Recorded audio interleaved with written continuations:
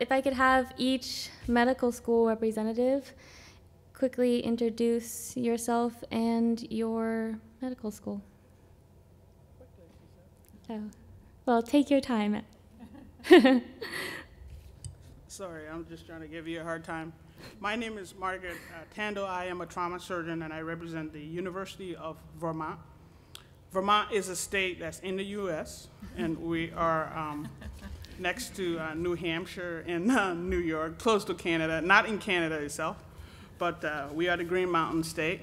And we are a public school, but because Vermont is such a small state, 30% of our students are in-state and 70% of our students come from out of state because the state itself is so small.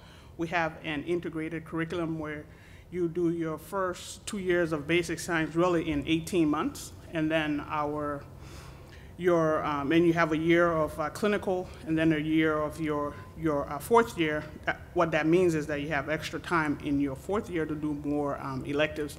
So when people are starting to do electives in July, at our school you start in March. Our mission is really to train a diverse group of physicians that are going to be competent to care for patients from all backgrounds. We interview about 6,000 students a year. About 6,000 students apply. We interview about 10% of that, so about 600 students, and each of our classes about 114 students in each class. The average MCAT is about 30 to a 31, depending on the class, depending on the year. And our average GPA is about 3.65 for your overall and 3.63 for the sciences. Tatsumi, anything else? No, just names and whatever you would like to add about your school. Thank you so much for inviting us. This is our second year coming to this recruitment fair and this conference, and Robin and I are here together and have enjoyed meeting all of the students. It's been a great time. My name is Allison Martin. I'm the Director of Admissions at the University of Missouri School of Medicine. We're located in Columbia, Missouri. Missouri is a state as well. Harry S. Truman was from Missouri. We are the Show Me State, so this is a trend, guys. We've been doing medical education for a long time, since 1841. We're an allopathic school. We're located in the first, we were the first medical school, public medical school west of the Mississippi, connected to a land-grant university. We have a campus, an undergraduate campus with 33,000 students, and we have about 10,000 graduate students. We have every imaginable program on our campus. In our medical school itself, we have 96 students per class. However, we just received some lovely funding from our state legislature that will allow us to increase by 32. And we're planning to do that over the next couple of years, and which will require a new medical school as well. So what we're known for at the University of Missouri is integrating advanced basic sciences with patient-based learning. So if you come to Mizzou, you will be placed in a group of 8 students, and that will rotate throughout the first 2 years. You will actually be working through authentic clinical cases that come from our teaching hospital. You will also get a lot of early clinical experiences prior to reaching your third year, your clerkship year. So if you're interested in active learning, we have no more than 10 hours of lecture. And most of the learning happens within the labs themselves. If that seems like a preference style of learning for you, please do check out Mizzou. We're one of the only universities, medical schools, I think there may be 5, who've been doing this, and we've been doing patient-based learning for for 20 years now, and it works. Our board scores are well above the national average. When our students leave Mizzou, just last year we had a 99% match rate, and we also get evaluations from residency programs, as all schools do, and our students are within the top 20% as compared to their peers. So you're going to get a great education if you come to Mizzou, and I appreciate being here today. Thanks. Good afternoon, everyone. I'm Dr. Gina Duncan. I am a psychiatrist, and I serve as the Interim Associate Dean for Admissions at the Medical College of Georgia at Georgia Regents University. We are located in Augusta, Georgia. Augusta is located right on the border of South Carolina and Georgia, right on the Savannah River. We're about 2 hours from Atlanta, 2 hours from Charlotte, North Carolina, an hour from Columbia, South Carolina, and a beautiful place to live. We are the state of Georgia's only public medical school. We're actually one of the oldest medical schools in the Southeast. We were founded in 1828, and we're one of the largest medical schools. We have a entering class of 230 students each year that we bring in. In addition to being one of the oldest schools in the Southeast, though, we have been going through a pretty extraordinary period of growth and change. In the past year, we consolidated with another historic institution, Augusta State University, to form Georgia Regents University, a new comprehensive research-based institution. And so we now have an undergraduate campus in addition to a health sciences campus. In terms of our medical program, again, we are the state of Georgia's only public medical school, and so we are really committed to educating physicians who will lead the state of Georgia and the world to better health by providing excellence in biomedical education, discovery, and practice. We've gone through, as I said, an extraordinary period of growth and change. Within the last 5 to 6 years, we've gone from having one campus that was located in Augusta to having 5 campuses throughout the state. And so our model of education is really statewide. We have 2 four-year campuses. One 4-year campus is in Augusta. The other is located in Athens, Georgia, as on the campus of University of Georgia. And then we have 3 regional clinical campuses where our students can do their 3rd and 4th years, in addition to the other campuses that I already mentioned. A couple of other things that are going on. We received from one of our distinguished alum a couple of years ago $10 million to build a new Education Commons building, the J. Harold Harrison Education Commons building, that will be opening in this coming fall. We're very excited about that.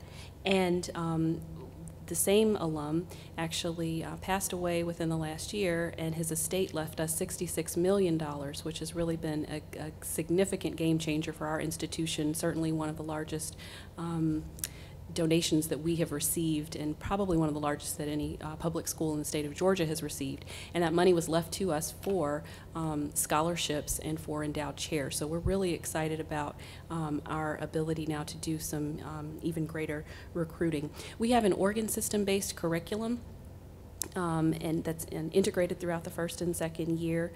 And I mentioned already we have a statewide model. We have over 100 clinical training sites throughout the state of Georgia.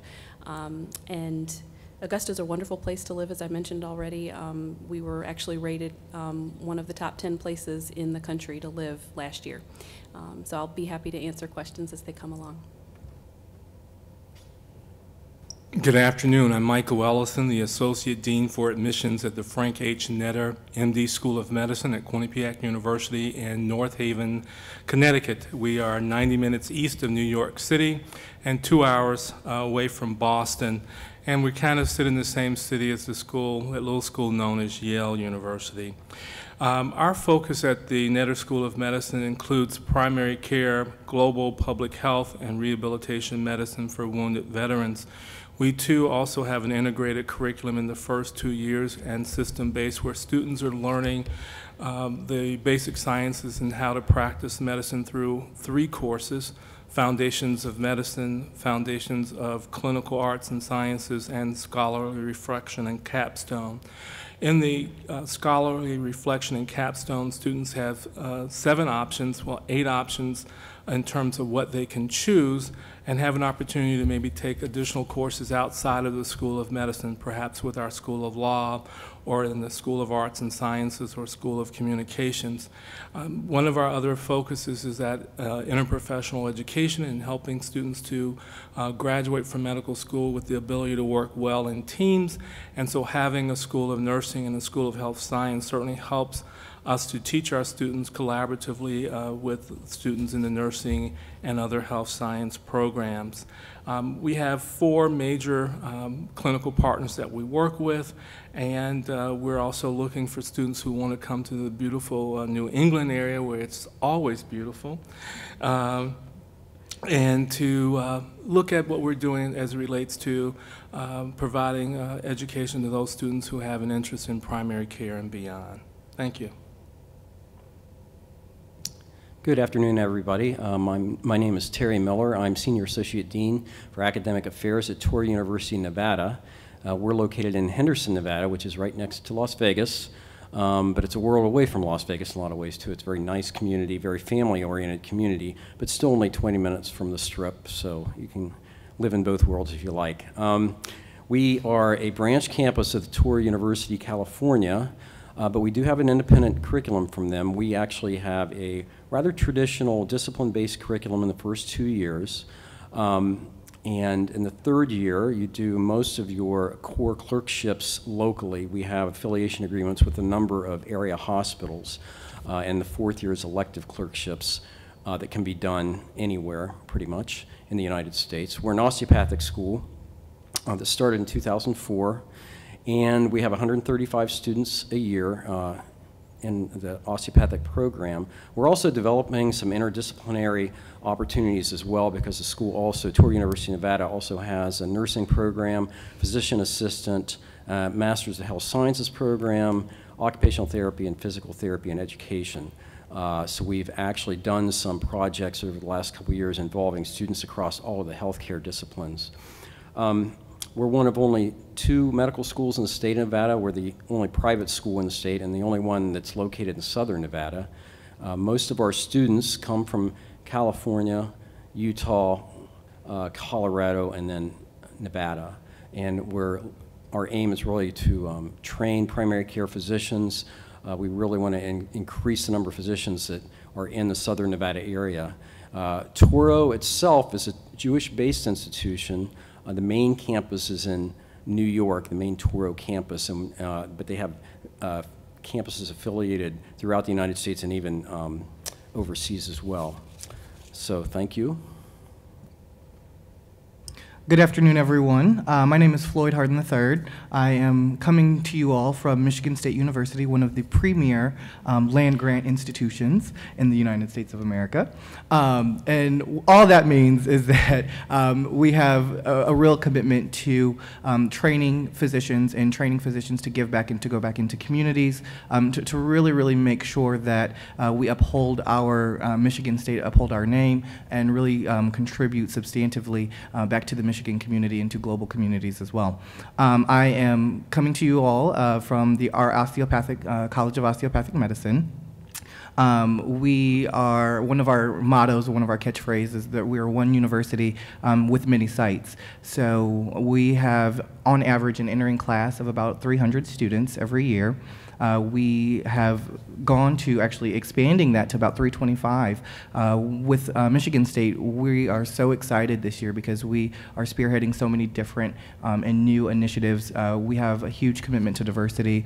We have a huge commitment to really making sure that we are increasing accessibility to students. And so a lot of what we have been doing, especially with our medical students, is really making sure that we are training students to be able to relate to and serve a wide range of folks. And so the major philosophy of osteopathic medicine is being able to treat people and not the symptoms of people. And so we put extreme focus on making sure that our students get an interdisciplinary curriculum, as well as one of the best things that we do is we have about 600 hours or so dedicated to OMM. And what OMM is, osteopathic manipulative medicine, where we are training physicians to use their hands to treat ailments. and that has been amazing. Most of our students are excited about it and get excited about it because it's hands-on learning, and it is an alternative to going in and doing invasive procedures to any sort of patient. So we have a lot of really neat things going on with Michigan State, like I mentioned earlier. Spearheading a lot of different initiatives within the communities, within under-resourced populations. We, like I mentioned, we have several different satellite campuses with about 300 students. Our 3 primary campuses are in the Detroit area, in East Lansing with the university, and then in Macomb, which is a suburb slightly east of Detroit. And so when our students enter, depending upon what their interests are, we have a wide variety of choices that they can choose from. So if they are interested in the urban setting, then Detroit tends to be their choice. The Big Ten setting, which is with Michigan State, and then more rural medicine or community-based learning, they usually choose Macomb. So we make sure that we also offer diversity as we go out and recruit it. So we're excited about a lot of the really new things that are going on with Michigan State University with our College of Osteopathic Medicine. We are the second osteopathic college to do completely online and electronic processes for our admissions process, and make it extremely comprehensive so that no longer are our applicants just an MCAT score or GPA, but we are able to really find out who the student is behind the numbers. And so we have moved to an electronic system where we really get a comprehensive view of our incoming applicants. So creating rich dialogue and rich diversity within our school has been our focus for the last couple of years. And so we're really excited about all the things that we're doing. So thank you. Thank you. Our first question is for all of our panelists. What is seen as more valuable to your school? Experience in a student group, in a research lab, or at a workplace? Anyone can start? I'll start first. I think all of the above. We're certainly looking for students who are well-rounded, those who are committed to a profession in medicine, those who are willing to solve problems and to work collaboratively. I completely agree with that. We want a well-rounded student. We use a holistic admissions process, and so all those experiences are actually going to play a part in your in the decision that we make to accept you into our school. Thank you. I would agree as well. Our school was one of the, I think, originally 42 schools to participate in the AAMC's Holistic Review Workshop a few years ago, and so the Holistic Review is a part of our process. And so we have had an increasingly competitive process. Last year we had over 2,800 applicants for our 230 seats, and find that many of those applicants are coming with research experience, with work experience, with significant extracurriculars. And so we are really looking for students who have had very well-rounded experiences. It doesn't mean that we don't accept students who may not have had research experience, but we certainly do value, or may not have had a work experience, but we certainly do value and look for students who have had some of all of those experiences. In addition to what my colleagues have said, we too value all of those things, and in particular how students are able to articulate and translate those experiences into their desire and their commitment to the profession. So especially with Michigan State, with our college, it is all of those things are valued, but then we also look at, like I said, we are doing a comprehensive search for our candidates and looking at them comprehensively. So how do those 3 things that they have put on their application, how do those then translate to their commitment and their dedication to the field? So, ditto. We also went through the holistic review process with the AAMC and value experiences, attributes, as well as metrics. But when we get to experiences, I think it's really important for pre-medical students to think about not approaching those experiences as a check-the-box type of using that method, to fill up those experiences places on the MCAS, but thinking about, is it meaningful to me? Am I learning something from this activity, either work, research, or student groups? Am I actually doing it with in depth and sustained over time? And so, if that's the case, those are equally important things. Yes, and I also will agree with what's been said by all the other panelists. We look at all those aspects in our evaluation sheet that we have when we interview the candidate, as well as on their admissions sheet. And I think it's a very good point that we will sometimes get candidates that have just basically done some things so they can say they did them and don't really, you can tell they don't appreciate it or haven't. It hasn't really meant that much to them, and we want it to have meaning. It should be meaningful to the candidate when they've done research and have research experience, or when they've worked in a clinician's office. But we do look at all those aspects. Great, thank you. I have a question for Dean Ellison. Can you elaborate on osteopathic curriculum and how it deviates from allopathic curriculum? Wow, good question. I think my colleague Floyd just really talked about the difference between allopathic medicine and osteopathic medicine. The Frank H. Netter School is an allopathic school of medicine, traditional medicine, whereas my colleague from Michigan is osteopathic, and they use manipulative therapy, which separates them from the traditional MD programs. Thank you. And I have a question for Dr. Tando, but if anyone would like to answer it as well, feel free. If you were applying to your own medical school, what would you do to stand out?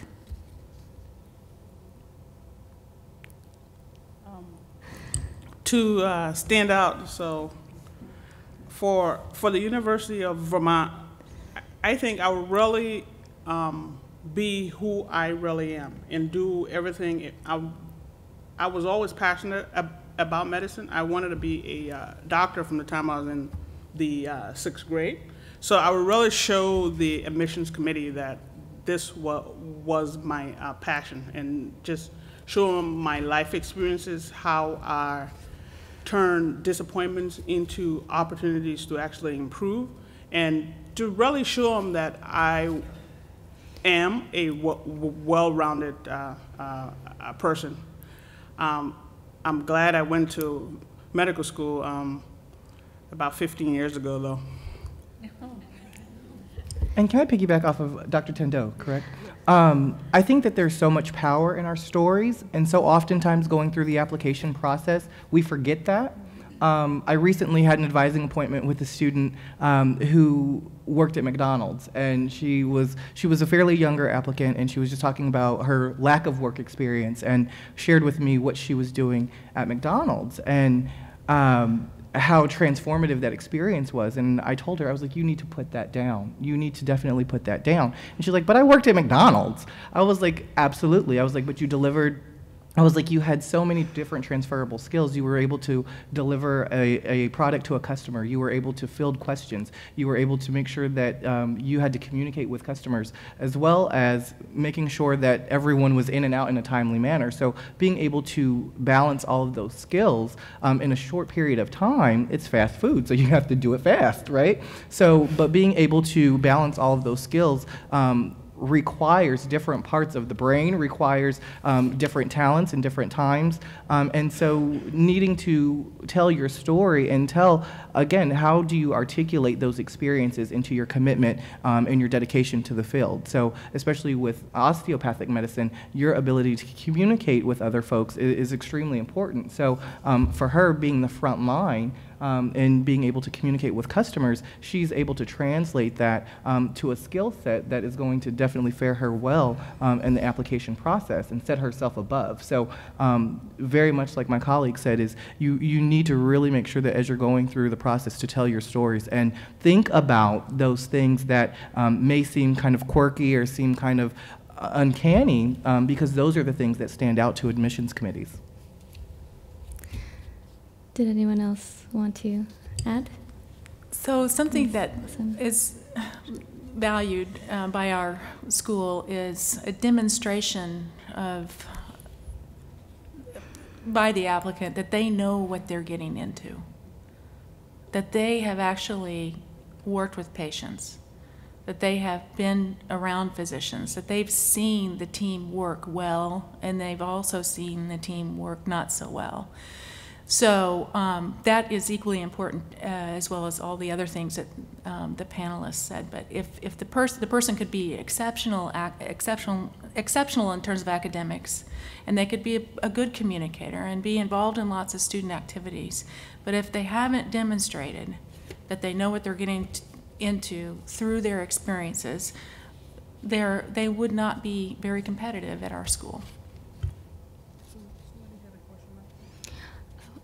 I'm sorry. Unfortunately, we will not be taking questions from the crowd. We had a Twitter feed earlier, and we have narrowed down those questions from the Twitter feed. For our schedule's sake, we have pre-written questions. Thank you. Dr. Martin, can you elaborate on the application process of your MD/PhD program that you have at your medical school? Or Miss Martin, I'm sorry. Thank you. I'm not a doctor. I have a master's in educational and counseling psych. But anyway, I don't want to be an honorary up here with all these people either. So the MD/PhD application process, basically it's through the AAMC AMCAS electronic service. You would select MD/PhD. You would complete the required elements of that process through the AMCAS. If you are selected as to interview with us, it's a 2-day interview process, and so I will schedule you for 1 day with the PhD side and the other day with the MD clinical admissions side. But you must be strong in both areas. So if you're an excellent researcher, but you're lacking in the potential to become a wonderful clinician, a patient-centered physician, then you wouldn't be very competitive for our program. And so it's just basically on the MD side, you'd have 2 one-on-one interviews lasting no more than an hour. On the PhD side, you would have a series of interviews with scientists in the area that you're interested in studying as a PhD. Okay, our MD/PhD program is growing. We're looking for applicants. We value MD/PhD applicants, and if anyone's interested, I hope you take a look at our program because we're still building it and we value your application. Thank you. I have a question for Mr. Floyd Hardin III, and Dean Miller, you are free to also add your 2 cents. It is for osteopathic medicine. Osteopathic medicine is known for its emphasis on preventative medicine. If an applicant intended to pursue a specialty that is not geared towards preventative medicine, such as surgery, would this affect their likelihood of being accepted? Absolutely not. Not at Michigan State University. We look for that commitment to service, and if that is the way that you are passionate about serving, because our philosophy is so ingrained in our curriculum and because of the training that student would undergo, those osteopathic philosophies and traits would be ingrained in their practice anyway. So while we definitely have a focus and an intention on certain things, if they decided to pursue something different, it would not necessarily have a negative impact on them. Yeah, it's the same at Touro, Nevada as well. A student who wants to specialize in something other than, we emphasize primary care, but a student who wants to specialize in something other than that is more than welcome at our school. And we've had students match at major programs and all kinds of subspecialties, so that's not a problem. And for our viewers that may be not as familiar with the osteopathic path, I believe earlier, I'd like to revisit my question about elaborating about osteopathic curriculum versus allopathic curriculum. Really quickly, would you mind? Yes. So with osteopathic philosophy, we really look at lifestyle treatments and really looking at making sure that we are treating an individual holistically. So for instance, an example that I could use is if someone has an inflamed hip, the osteopathic doctor would go in and would have been able to establish a relationship with that patient to know that he or she is a runner, and that being that they run on an incline, maybe that they know the neighborhood, and so running on that incline has created the inflammation in the hip, and so being able to deduce that through their doctor-patient relationship, and then also rather than prescribing some sort of invasive process or path of healing, the osteopathic doctor would work with the patient to design a plan that is more natural in nature. And the osteopathic doctor is also trained to use his or her hands to use their body to manipulate the body of the patient as well. So there would probably be several appointments and opportunities where the doctor would be able to use his or her hands to help soothe that issue, to help soothe that ailment. Great, thank you. I would just add to that, I think that both osteopathic and allopathic schools are probably doing a lot of the same things as it relates to the first 2 years of one's training in medical school, and that's basic sciences. And in third and fourth year with your clerkships and rotations. And again, being an osteopathic school, they have a different philosophy, but I would suspect that many of the allopathic schools are now teaching their students to use holistic approaches to practicing medicine as well. Yeah, and I would add, just from a nuts and bolts perspective, our students get basically a full day of osteopathic manipulative medicine training, starting the first week of classes and running through the first 2 years. So it's a full day a week, every week for the first 2 years. We also have a third-year OMM course, and that's required for students to take, and monthly callbacks and some other aspects to that as well. And we've just added a fourth-year required OMM course that we'll be adding into the curriculum in a few years.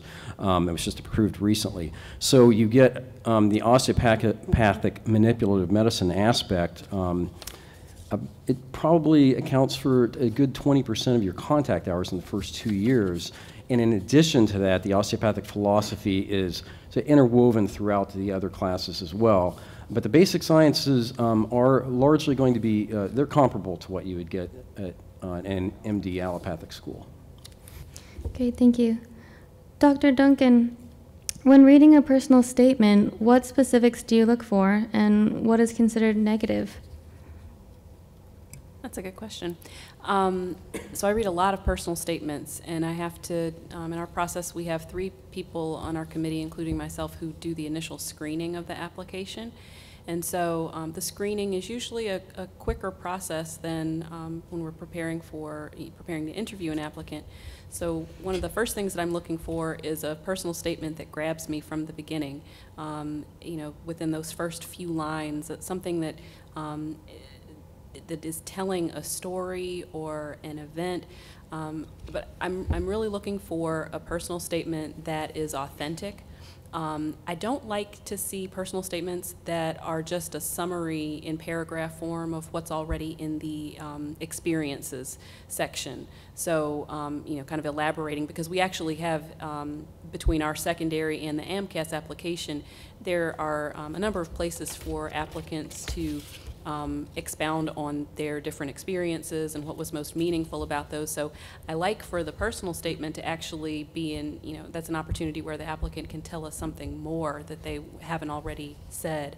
I've seen all kinds of personal statements, some better than others. I remember one in the past admission cycle that really still stands out to me, because there was an applicant who had majored in biology but also in dance, and she interwove her passion for dance and her experience as a dancer in with her passion for science and her decision to pursue medicine in a way that was just really engaging and intriguing. It doesn't mean you have to do that. I think that whatever is most important to you, I think, again, we've kind of talked about being yourself. So you want your personal statement to really reflect you. I think one other thing that's a negative to me is a personal statement that has typos or punctuation that's missing. Medicine is a field where attention to detail is very important, and so it's really important that you have proofread it and had other people read it, and make sure that the personal statement is conveying what it is that you want it to convey before you actually hit submit. Thank you. Dr. Tando, earlier Ms. Martin was talking about Missouri's MD/PhD program. I have a question about University of Vermont's. If a student is not accepted into your MD/PhD program, do you recommend that they reapply or achieve the 2 degrees separately? Currently at the University of Vermont, we do not have a formal MD, PhD program. So, but if a student gets into the MD program and wants to pursue a PhD, we will help them in that process. About reapplying, I think at the University of Vermont, I'm fairly new to the university, but having sat on the admissions committee, I've seen people that I think would definitely welcome the people that are reapplying, but definitely let the application be completely different, or let us see some kind of improvement in your first application to your second or your third or fourth. Ms. Martin, do you have anything to add? So I didn't talk about the fact that you don't have to be interested in a science field, a hard science field, to apply to our MD PhD program. So currently we have a third-year student who's working on her clinical psychology PhD. And at Mizzou, we have so many graduate programs that as long as we have a graduate program that offers a PhD, you are welcome to apply as an MD PhD candidate to our medical school on that alone. So we're not just looking at, scientists per se. We're looking at people who have a diversity and interests in different types of academics. If someone applies as an MD PhD candidate to our program and they're not accepted as the MD PhD applicant they are, there is a chance, and this is something that we're going to look at doing this year, that we could accept them for the clinician side only. So maybe the PhD side doesn't see as much potential as a research scientist, but we see on the MD side huge potential as a clinician. So we're looking at offering an acceptance in that method. Otherwise, the person could reapply to just the graduate school PhD side if indeed they didn't get into the MD PhD program, but they were still interested in the PhD. Thank you. We have an MD PhD program at MCG as well. I'm not sure if that was going to be one of the questions, or if I could have an opportunity to talk no, about great, it at some thank point. you. Okay, thanks. So we do have as well an MD PhD program. Because we are part of the University System of Georgia, our MD PhD program is actually the University System of Georgia MD PhD program. Students have to be accepted into the MD program in order to be accepted into the MD PhD program, very similar to the program in Missouri.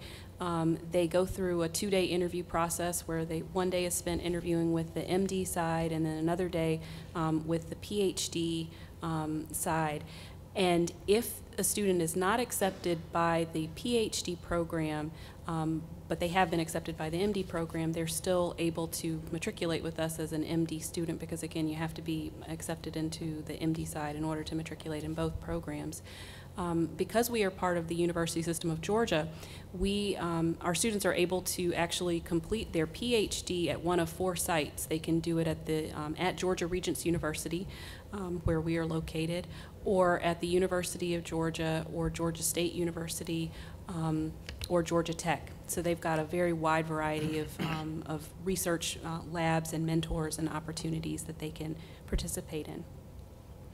Thank you. And I have a follow-up for Dr. Duncan and Ms. Martin on that. Is applicants to the MD/PhD program expected to have published? Is not publishing have a negative effect on acceptance? So for what we're seeing right now for just applicants to our MD program, we're seeing many applicants who have published or who have at least presented posters at research conferences. Many of our applicants just to the MD program have had research experience. For the MD/PhD program, they really are expected to have done much more, to have actually worked on a project that was an independent project. The publishing, I can't say that they absolutely have to have published, but I will say that more competitive applicants have done that because they will have participated in a research lab at least over probably a couple of years where they've had opportunities to do posters and conferences, and hopefully if their research was robust and successful enough, they've had the opportunity to publish. That was a great summary. I have nothing to add. Great. I have a question for all our panelists. If an applicant is planning to apply during the 2015 cycle, is it recommended to take the new 2015 version of the MCAT? Well, I'll start. The MCAT we use is just one of the many variables that we use in evaluating the applicant. So doesn't matter which year you take it, honestly. So for us, it wouldn't really matter. Likewise, the MCAT is good for 3 years, and we don't expect someone who has an MCAT from 2014 to retake the MCAT 2015 just because it's new. So it's up to the applicant. I would agree with that. I think that if you are maybe a freshman in college or earlier and you're preparing, it's probably good to prepare for the 2015 MCAT if that's going to be the first exam that you would take. But we also accept MCAT scores for 3 years. The same. We will look at the last 3 years for the MCAT. Same here. We looked the last 3 years, and I don't think it would make any difference to take the 2015 version. Ditto. Great, thank you. And again, for all our panelists, if a student had not been admitted to your school, how many more attempts would you recommend that he or she apply again? I don't think there's a magic number. I think my colleagues have pretty much said it with the MD/PhD program. If an applicant is denied admissions the first go-round, there could be a lot of variables that may have played into that. Could have been something that happened during the interview. It could have been that you didn't have a truly competitive application. So I always encourage students to maybe reach out to the schools in which they received a denial, to talk with them to see if they will share with you the general information that they can about how you can strengthen your application. If it's your passion and this is truly what you want to do, you may have to reapply a second time or maybe a third time. But I think everyone has said that if you are going to apply a second or a third time, that there should be some significantly enhancements and improvements with your application. To piggyback off of that, also Michigan State, we offer academic advising for all of our applicants. And so what we have told students is that if for whatever reason, because there are so many variables that come into play, as well as the timing of the applications and what that pool looks like, so that when admissions decisions are unfavorable, to come in for advising so that we can go over some different things that could maybe strengthen your application. And so for our school and our admissions process, if we see that an applicant is a reapplicant, has sought advising and then has done those things that the advisor has mentioned they do to really strengthen their application, it looks very, very favorable to both the screening committee as well as the admissions committee. Did anybody else like to add? I would agree that if an applicant is applying for a second or even third time, if there is a substantive improvement in their application. Our committee looks upon that favorably. They also look at it as a sign of persistence and determination and tenacity, so that can actually be a positive thing, provided that there's been a consistent effort to improve the application. Thank you.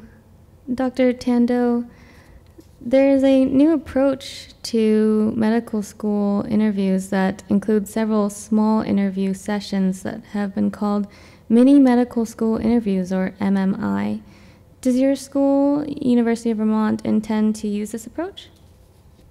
Absolutely. We are actually in the process of evaluating one of the MMI systems, and we plan on starting to use that next year. Currently, we do a one-on-one interview. It's all physicians. Students do not interview. You interview, it's about an hour per interview right now. Dr. Miller? Yes, we've looked into that. I actually was very interested in the MMIs. We do not use it. We've talked about perhaps implementing that in the future, but I don't see it in the foreseeable future. We currently do typically 2 faculty members interview an applicant. We usually try to team a basic scientist and a clinician together, although sometimes because of scheduling we can't do that. It's 2 basic scientists or 2 clinicians, but that's our typical interview now. I like a lot of aspects of the MMIs. There's some aspects that are a little concerning, I think, but overall I think it's an interesting approach. One of the reasons we haven't moved forward with it more quickly is simply the logistics. It's pretty tough to implement when you've been doing like one-on-one type of interviews. Dean Ellison, at your school, can a great MCAT score make up for a low GPA or vice versa? Again, at the Frank Netter MD School of Medicine, we do take a holistic approach to reviewing applicants. And so, again, we're going to not only look at the metrics, which mean the MCAT scores and the GPA, we're going to also look at other attributes and experiences. So it's not a score, it's not a set GPA that may get an applicant an interview, it's the whole package. Dean Duncan? I would agree with what my colleague said. And at Medical College of Georgia, with our holistic review process, we look at the metrics, we look at the other attributes as well.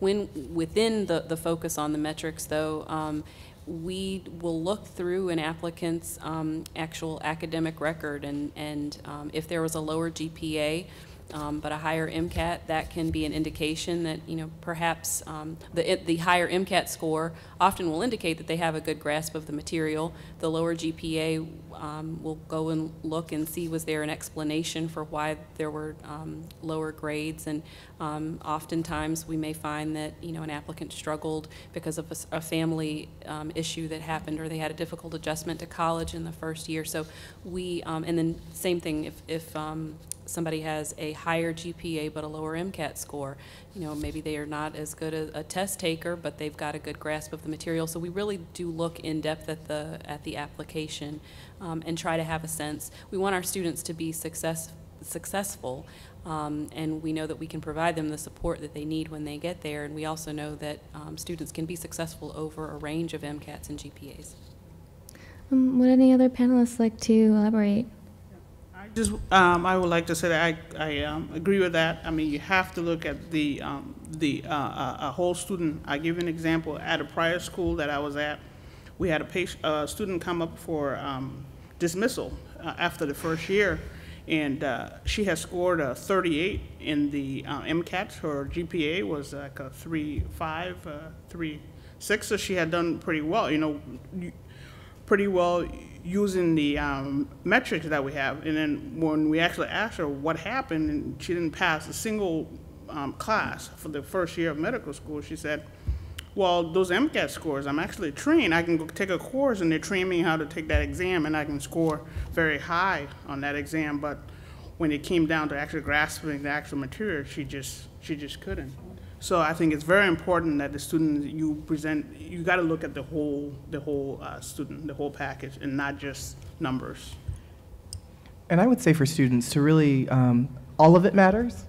In that, telling your story and making sure that if there is a dip in your academic progression, or for some reason you didn't score well in your MCAT, making sure that those personal statements are articulating those things, because as you're hearing, as all of my colleagues have said, we as the frontline admissions folks are looking at all of those things. So all of it matters, and all of it is important.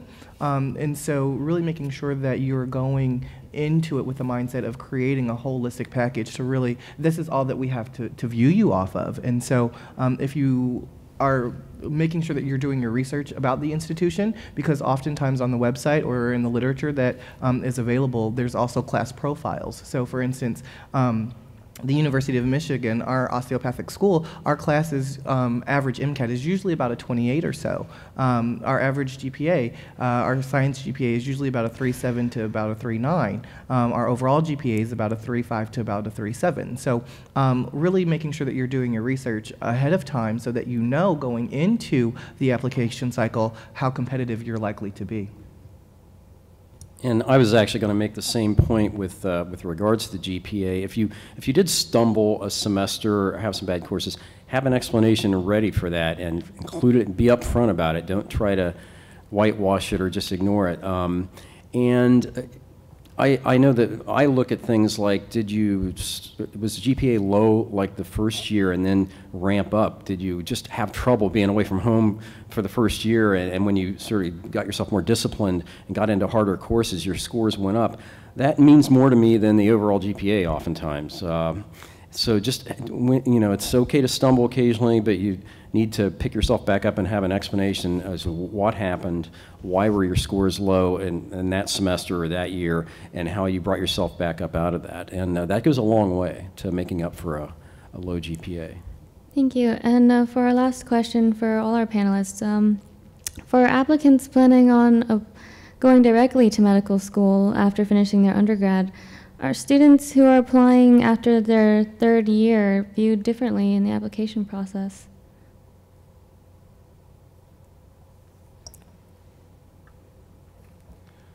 It's a difficult question in the sense that for our admissions committee, we're certainly looking to make sure that the applicant is mature and ready for medical school. And so if a person is applying after their third year of medical school and they have demonstrated maturity and evidence of that, I don't think they're going to have any problems. I do know that a number of students are taking this gap year to gain additional experience, and for some that may be necessary, but it isn't a one-size-fits-all. I feel like whenever that question comes out, it's like, let me get my crystal ball out and try to figure out and predict the future. But I'd have to agree with my colleague. I think that with every student, it varies. And if they have done enough in their undergraduate years to be competitive, and again, it depends upon what the applicant pool looks like for that cycle as well. So it's not a one-size-fits-all. It's really, is the student academically prepared to handle the rigor, and do they demonstrate the discipline needed for medical school? I have to say, right before coming here, I spoke to my senior associate dean for admissions. I was like, I'm going out to UC Davis. What do you want me to tell the students? She said, tell them to apply when they're ready.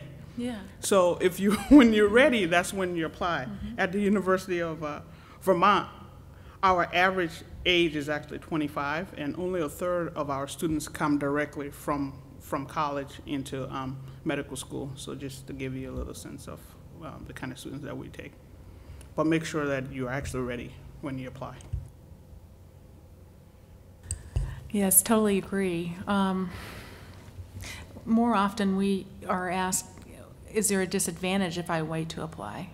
Versus is there a disadvantage or if I apply my third year in undergraduate?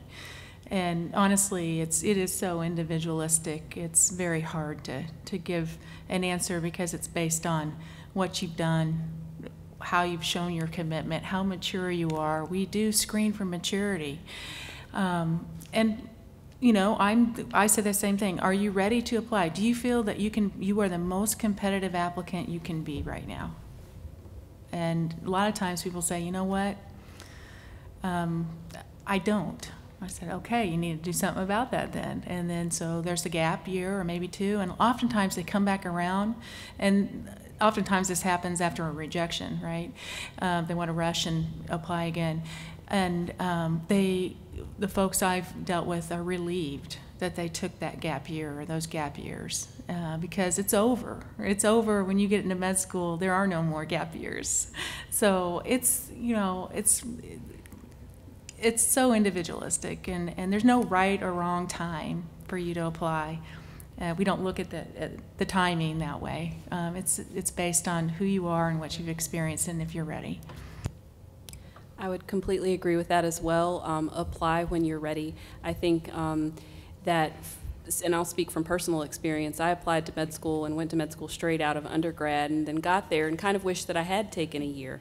I think that, you know, when you're used to being in school and all you've known is, you know, being with your class and kind of moving, and everybody moves together, and now it's the end of college and it's time to move on to medical school or graduate school, you kind of, you don't know that there are lots of people out there who don't do it that way and who actually have, you know, had a year and they've been in, you know, done Teach for America, or they went abroad or did something, had some other kind of experience. And I think that if you're ready to go straight from undergrad, then you should do it. But I think if you feel like there's some nagging doubt in the back of your mind that maybe there's something else you want to do or some other experience you want to have, that can be a very good thing as well, as long as it relates to, if you know that med school is still your ultimate goal, as long as that gap year or years relates to your ultimate goal of being a physician, it can help you when you apply. And if you are planning on going straight from undergrad, then, you know, just make sure that you've done all that you need to do